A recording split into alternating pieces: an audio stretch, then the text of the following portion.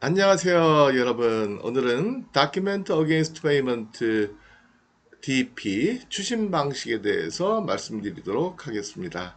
자, 어제 시간에 제가 이제 충분히 설명을 드렸죠. 추심 방식이 뭐다라는 거는. 자, 좀 정리해 드리면, 이 추심 방식 결제라는 거는요, 셀러 입장에서는 후불 방식이죠. 물건을 먼저 보내주고 돈은 나중에 회수하는 방식. 바이어 입장에서는 바이어 입장에서는요. 수입하는 사람 입장에서는 얘도 후불이죠, 뭐. 그쵸? 그쵸? 물건 먼저 받고 돈을 나중에 주니까. 그쵸? 근데 이 후불 방식이라는 게 추심 방식만 후불이 아니고 LC 방식도 후불이라고 그랬죠. 그 다음에 TT 방식에도 후불 방식이 있죠. 그쵸? 그럼 여러분들 한번 생각해 보실까요? 왜 이러한 후불 방식이 여러 가지가 있을까요? 이건 당연한 거예요.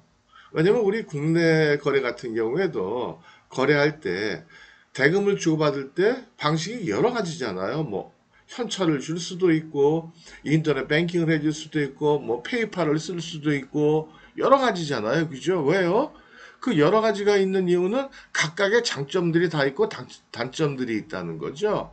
그래서 서로 간에 합의하에 자기들 상황에 맞는 당사자들끼리 가장 적합하다고 생각하는 그러한 방식의 합의를 해서 쓰도록 돼 있다라는 거죠. 근데 결론적으로 무역결제 방식에서 그러니까 수출 수입하는 거래에서 결제하는 방식이 세 가지가 있다라는 것도 마찬가지라는 거죠. 예, 마찬가지로 서로 간에 그 종류별로 장점 단점이 있으니까 자신들 거래에서 맞는 그러한 방식을 선택할 수 있도록 이렇게 이제 좀 다양하게 있다라는 거죠. 그래서 이제 특히 후불 방식 같은 경우에도 그런 거죠. TT 방식도 후불도 있고 추심 방식도 후불이 있고 추심 방식도 다 후불이죠. LC 방식도 다 후불이고. 근데 후불만 해도 벌써 세 가지가 있는데 왜 세 가지가 있느냐? 다 뭐예요? 후불인데도 불구하고 셀러 입장에서 대금을 외상 대금을 회수하는데 위험도가 다르다라는 거예요. 그래서 TT 방식 후불이 셀러 입장에서는 제일 위험하죠. 그건 딱 바이어 하나만 믿고 하는 외상 주는 거니까. 그 다음에 그보다 조금 더 셀러 입장에서 대금 회수가 약간 안정성이 조금 더 있는 게 뭐냐면 바로 이 추심 방식이라는 거예요. 왜요? 이 추심 방식이라는 거는 외상 대금을 회수할 때 환원을 어음을 첨부해서 은행에다가 의뢰를 해서 은행이 대신 받아주게 되니까 아무래도 조금 더 안전하다라는 거죠. 그 다음에 조금 더 안전한 거, LC. LC는 조금 제일 안전하다, 후불 방식 중엔 제일 안전하다라는 거죠. 왜요? 이건 아예 외상대금을 은행이 주겠다라는 약속이 바로 신용장이잖아요. 그래서 물건을 선적한 다음에 외상대금을 은행한테 직접 받거든요. 신용장이라는 것 자체가 뭐예요? 은행이 돈을 지급하겠다는 약속이잖아요. 어느 은행이요? 수입장의 거래은행이. 수입장의 거래은행이 누구예요? 신용장을 수출상한테 발행해준 은행이죠. 그 은행한테 청구하면 은행이 주니까 채무자가 바뀌어 버리는 거야. 그쵸? 우리 은행한테 돈 꿔주고 나서 불안해요? 안 불안해요? 은행에다가 돈 저금할 때, 아씨, 저 은행 망해가지고 내 돈 못 찾으면 어떡하나? 불안해요? 안 불안해요?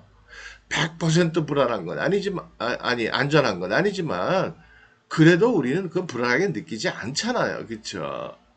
그죠? 예. 물론 뭐, 그 정부에서 그래서 뭐 은행에서 뭐 예금자보 이런 것도 만들어 놓긴 했지만은 예금자보 없더라도 일반적인 사람이라면, 그렇습니다. 일반적인 사람이라면, 은행에 돈 맡길 때 불안해하지 않잖아요.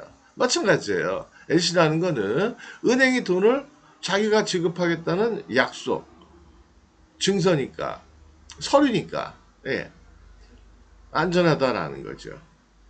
이해가 되시겠죠? 그래서 이제 이런 거, 여러 가지 그 결제 방식들을 알게 되면 여러분들이 수입상의 입장이건 수출상의 입장이건, 결제 조건에 대해서 협상을 할 때, 조금 더 융통성을 가지고 조금 더 자기한테 유리한 쪽으로 이렇게 다양한 안을 제시할 수 있다는 거죠.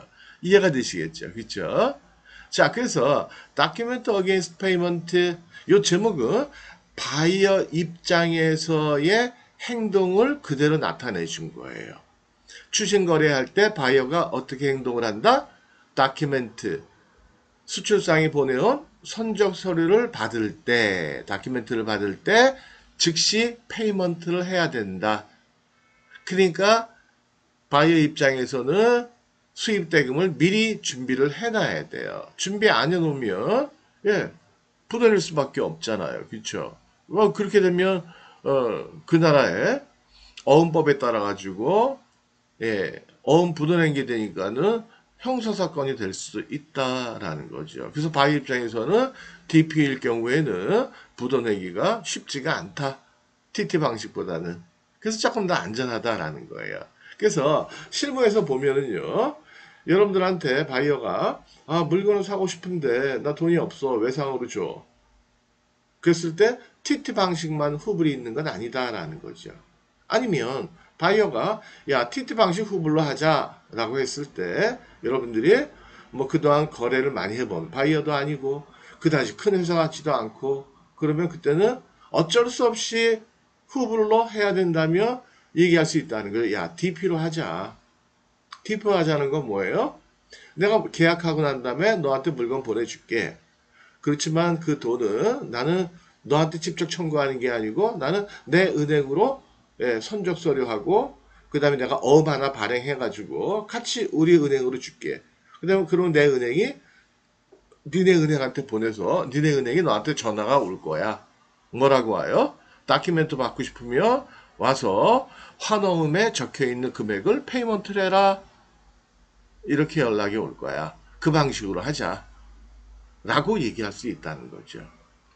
근데 지금 실전에 보면 이 DP를 하는 경우들이 많지가 않아요. 그래서 왜 그렇게 많이 안 하고 도 아니면 뭐 TT 방식 선불 아니면 TT 방식 후불을 많이 하더라고요. 왜 그렇게 하느냐 봤더니 이유가 몇 가지가 있는데 첫 번째는 몰라서 그래요. 몰라서 DP라는 것 자체를 잘 모르는 거예요. 그것도 몰랐던 거에 대해서는 배우면 되는데 배워가지고 하자니 처음 해보니까 해볼래니까 용기가 안 나는 거야. 이게 뭐야? 나 진행 한 번도 안 해봤는데 중간에 뭐 생각지도 못한 일 생기는 거 아니야? 뭐 이래가지고 이런 이유들로 안 하고 또 그런 소문도 있더라고요.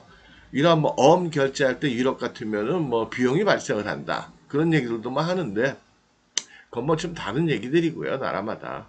예. 어쨌든 이 DP란 방식은 그런 거예요. 예.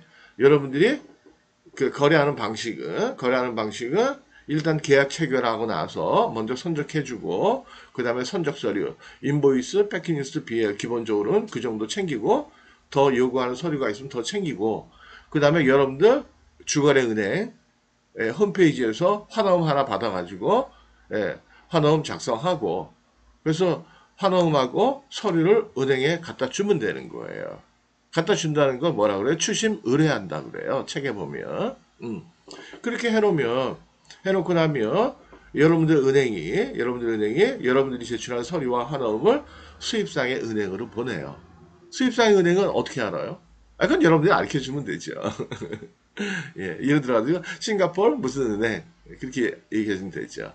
그러면 이제 그 수입상의 은행이 수입상한테 전화한다는 거죠. 야, 너 저기 뭐야 수입한 건 했나 보네. 근데 보니까 너 DP인 거 같은데 DP니까 어음도 보니까 저기 DP로 왔거든. 즉시 지급하게 돼 있거든. 금액은 얼마거든. 맞지? 빨리 와서 빨리 결제하고 서류 받아가 라고 전화를 해준다는 거죠.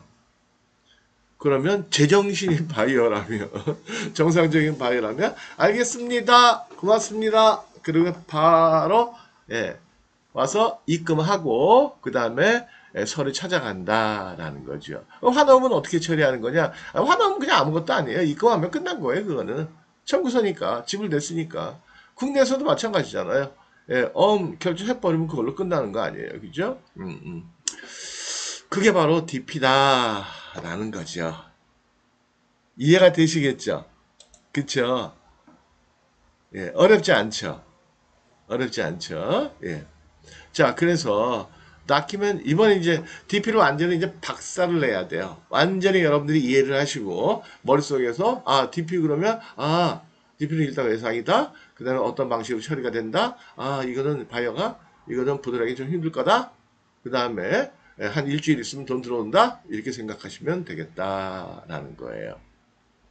이해가 되시겠죠? 예, 그래서 한번 보실게요. 이것만 볼게요. 이제 설명 다 드렸으니까. DP, 지급인도 조건, 이런 건 기억 안 하시는 거예요. 그냥 DP 이렇게만 기억하시면 돼요. 보세요. 수출상이 상품을 선적한 후 관련 서류가 첨부된, 이때 관련 서류다 그러면 인보이스 패킹 스피어, 이것과 일람불 환어음. 그러니까 환어음, 예, 일람불 하는 건 어렵죠? 일람불이라는 건 그냥 즉시 지급 그런 뜻이에요. 신경 안 쓰셔도 돼요. 그냥 환엄 쓰실 때 DP라고만 쓰면 돼요. 기간에다가. 예. 수입상을 지급인으로 하여 지급인을 들어이 그렇게 얘기해요. 이건 기억해 두시면 좋아요. 좋은 단어예요. 용어죠, 용어. 자신이 거래은행에 추심을 의뢰하면 자신의 거래은행, 여러분들 거래은행이요. 추심 의뢰한다는 거는 환어음하고 예, 선적서를 갖다 주는 걸 얘기하는 걸 얘기해요. 갖다 맡기는 거. 자, 저쪽으로, 자, 싱가포르 좀 보내주세요. 미국으로 보내주세요 하는 거. 그러면 수출상의 거래은행은 그러한 서류가 첨부된 환어음을, 그러니까 여러분들이 제출한 환어음과 선적 서류를 수입상의 거래은행으로 보내요. 뭐 DHL로 보내요, 그냥. 추심을 의뢰하고, 추심 의뢰한다는 게 뭐예요? 보낸다는 뜻 자체가 추심을 의뢰하는 거예요. 자, 이 서류 갖고 빨리 돈 받아줘. 수입상은 거래은행의, 그러니까 수입상의 거래은행의 그 환어음이 지급인인 수입상으로부터 대금을 지급받으며, 그쵸? 지급받고, 페이먼트 받고, 예, 그 다음에 서류 받고, 서류를 인도하고, 지급받은 대금을 추심을 의뢰해온 은행으로 송금하여 결제하는 방법. 그러면 여러분들 은행이 돈을 받아서 여러분들한테 전달해 준다라는 거예요. 이해가 되시겠죠? 그쵸? 이제 여러분들 DP, 추심, DA 이런 거 헷갈리시면 안 돼요. 그죠? 제가 충분히 설명을 드렸죠. 그래도 헷갈리시면 저한테 전화 주세요. 네. 자, 오늘은 여기까지 하도록 하겠습니다. 네. 감사합니다.